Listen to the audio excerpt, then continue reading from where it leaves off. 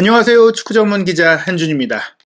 2022-2023 시즌 프리미어리그 겨우 2라운드까지밖에 진행되지 않았는데 많은 팀들이 다양한 이야깃거리와 화제를 쏟아내고 있습니다.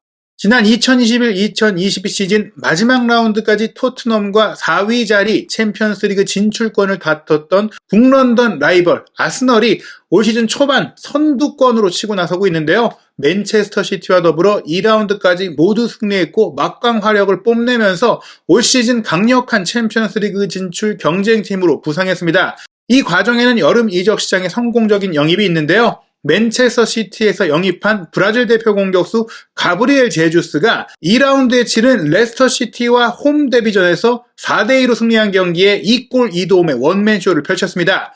프리시즌 경기에서도 세비야의 6대0 대승을 거둘 때 해트트릭을 몰아치면서 맹활약을 했고, 이 경기뿐만 아니라 프리시즌 내내 날카로운 몸놀림과 연계 플레이, 결정력을 보여주며 아스널의 공격 수준을 근래 들어 최고 수준으로 끌어올렸다는 평가를 받고 있습니다. 제주스와 더불어서 레프트백 올렉산드르 진첸코까지 맨시티의 수석 코치였던 아르테타 감독이 아스널을 또 다른 맨시티로 만들고 있는 게 아니냐라는 평가가 나오고 있는데요. 지난 주말 경기 브렌트포드가 맨유를 4대0으로 이긴 것과 더불어 아스널이 레스터시티의 4대2 승리, 맨시티가 본머스의 4대0 승리를 거두면서 가장 많은 골을 넣은 막강 화력을 뽐냈죠. 토트넘은 첼시와의 원정 경기 2대2로 비겼고, 가장 마지막에 열린 경기에서는 리버풀이 크리스탈 팰리스와 1대1로 홈에서 비겼습니다. 아스널이 크리스탈 팰리스와의 개막전에서 2대0으로 이겼지만 경기 내용에 있어서는 아쉽다는 평가가 있었는데요. 리버풀이 홈에서 팰리스와 비겼으니까 팰리스 원정에서 결국 2대0 승리를 끌어낸 아스널의 경기력과 전력이 만만치 않다는 것이 역으로 드러난 상황이라고 할 수 있겠습니다. 프리미어리그 명예전당 1호 앨런 시어러가 매주 프리미어리그 공식 팀 오브 더 위크를 선정하는데요. 2라운드 팀 오브 더 위크의 주인공은 가브리엘 제주스였습니다. 4-3-3 포메이션으로 11명을 선정했는데요. 뉴캐슬로 이적해서 브라이튼 원정 0대0 무승부를 끌어낸 골키퍼 닉 포프가 골키퍼로서 이름을 올렸고요. 수비라인에는 토트넘과의 경기에서 손흥민 선수를 전담 마크했고, 또 골까지 넣은 리스 제임스가 오른쪽 수비수로 선정이 됐고, 브렌트포드 수비수로서 호날두가 출전한 상태에서 호날두를 아무것도 못하게 만든 데다가 본인이 직접 골까지 넣은 벤미가 센터백의 한 자리를 차지했고요. 또 프리미어리그 데뷔골을 넣은 첼시 수비수 쿨리발리, 맨체스터 시티의 대승 과정에 유려한 공격 능력을 뽐낸 주안 칸셀루도 이름을 올렸습니다. 미드필드 라인에는 맨유전, 중원 압박과 공격 전개, 마무리 슈팅까지 모든 걸 보여준 덴마크 미드필더 옌센과 더불어 맨시티 플레이메이커 케빈 더브라이너, 리즈 유나이티드의 2선 공격수 로드리고, 그리고 공격진은 2골 2도움의 원맨쇼 펼친 제주스와 더불어 맨유전 대승의 주인공인 아이반 토니와 브라이언 음베모가 공격 라인에 선정이 됐습니다. 브렌트포드의 토마스 프랭크 감독이 주간 최고의 감독으로 선정됐는데요. 브렌트포드 선수가 무려 4명이 들어갔죠. 4대0으로 이겼기 때문에 공수 양면에 걸쳐서 완벽한 경기를 했다고 할 수 있겠는데요.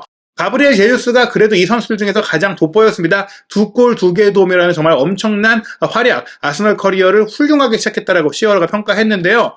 기록을 살펴보면 아스널이 레스터시티의 4대2로 이긴 경기 기대 득점값이 2.96골 대 0.46골. 사실은 레스터시티는 2골을 넣었지만 기회를 만든 측면에서는 한 골도 확실히 넣을 만한 기회를 만들지 못했던 것이죠. 슈팅 6개였고요. 아스널은 2.96골을 넣을 수 있는 기대 득점값이 나왔습니다. 4골을 실제로 넣었는데 3골 정도로 확실하게 기회를 만들었고, 무려 19개의 슈팅이 있었는데 이 19개의 슈팅 중에 10개를 제주스가 만들었습니다. 직접 7개의 슈팅을 했고, 또 여기에 3개의 키패스로 동료에게 기회까지 만들어줬기 때문입니다. 7번의 슈팅 중에 3개가 유효 슈팅이었고, 그 중에 2골을 넣었고, 빗나간 슈팅도 아슬아슬했는데요. 드리블 돌파를 통한 공 운반 능력과 상대 수비를 흔들어 놓는 능력도 대단했습니다. 4번의 돌파 중에 3번이 성공을 했고, 아쉽게 2번의 빅찬스 미스가 있었기 때문에 해트트릭도 충분히 가능한 경기력이었다고 볼 수 있겠습니다. 게다가 히트맵을 보시면 공격 최전선에 있는 선수인데 좌우 측면과 중앙 지역까지 폭넓게 움직이면서 그야말로 전천후 공격수로 활약했다고 볼 수 있겠는데요.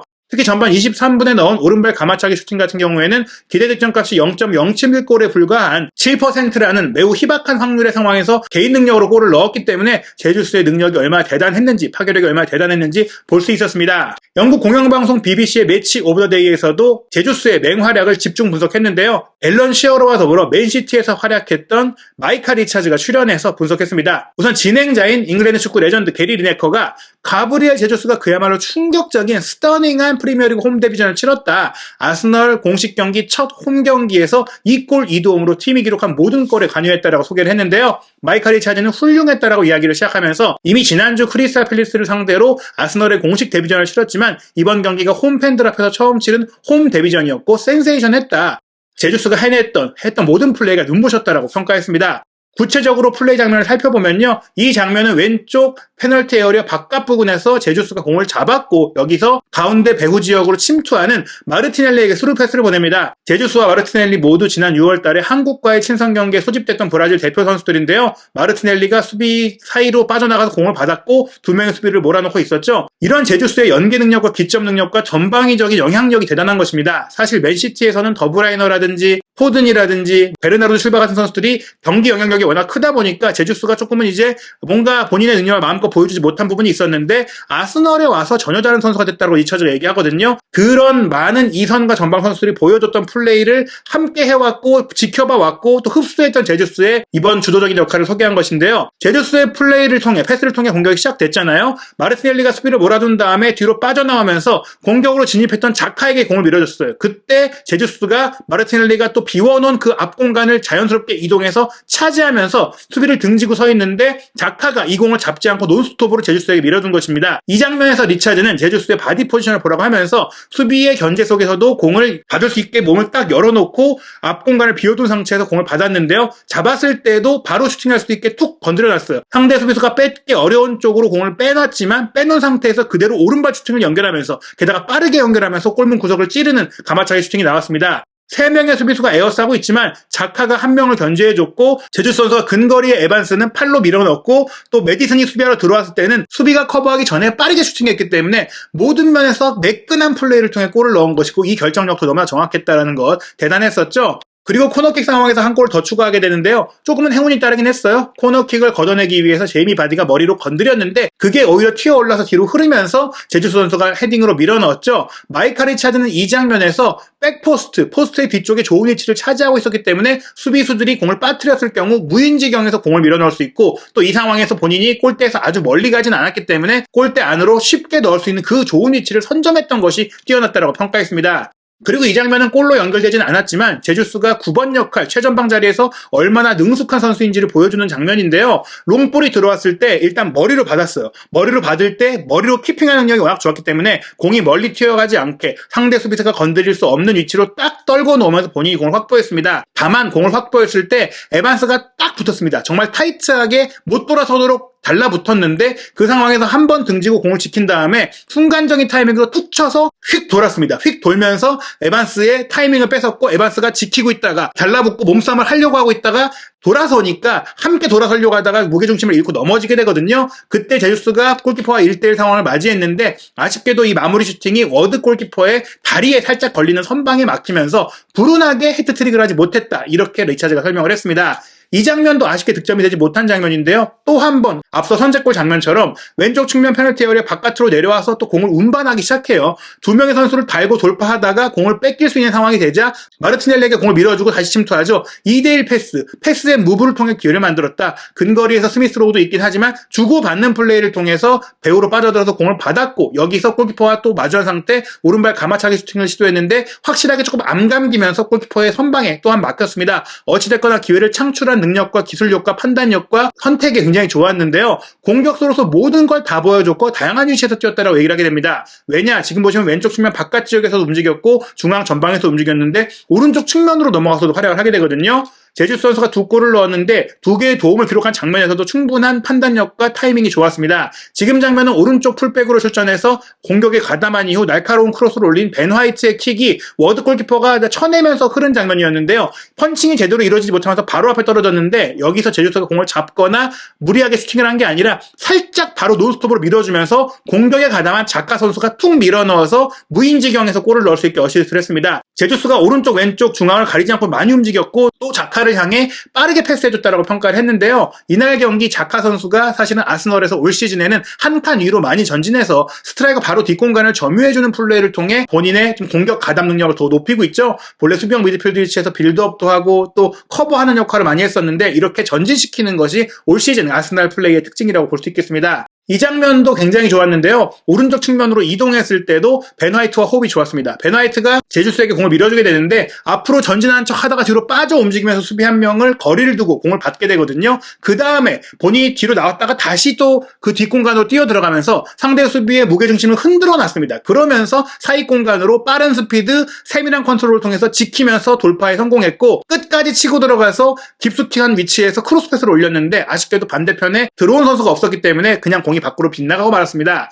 마이카 리차즈는 여기서 반대편에 누군가가 제대로 침투만 해줬다면 득점으로 연결할 수 있었을 것이라며 제주스의 득점기의 창출 능력을 칭찬했는데요. 경기 내내 보여준 플레이가 너무나 도와주면서 헤트트릭도 가능했고 도움 헤트트릭도 가능했던 제주스였다. 이렇게 평가를 했습니다. 제주스의 두 번째 어시스트가 나온 장면인데요. 이번 장면도 오른쪽에서 플레이가 됩니다. 후반전 들어서는 왼쪽이 아니라 오른쪽으로 이동해서 상대의 또 허를 찌른 제주스의 플레이가 굉장히 좋았는데요. 오른쪽에서 외대고르의 패스를 받은 이후 수비 3명이 본인을 에워싸니까 가운데로 치고 들어간 척하다가 반대편 배후에서 들어온 마르티넬리를 빠르게 포착하고 패스해줬습니다. 에반스가 이날 제주스를 막기 위해 많이 전진 수비를 했는데요. 에반스가 자신의 쪽으로 다가오는 순간 바로 뒷공간으로 공을 패스해줬고 마르티넬리가 그 공간에서 날카로운 왼발 중거리 슈팅을 꽂아 넣었어요. 이 장면은 사실 마르티넬리의 슈팅 자체가 너무나 정확하기도 했지만 제주스가 좋은 판단으로 기회를 열어준 것 역시 중요했고 또 제주스가 전방에서 엄청난 활동량을 보이면서 왼쪽 중앙 오른쪽 가리지 않고 움직이다 보니까 상대 수비를 혼란스럽게 했고 허를 찔렀다.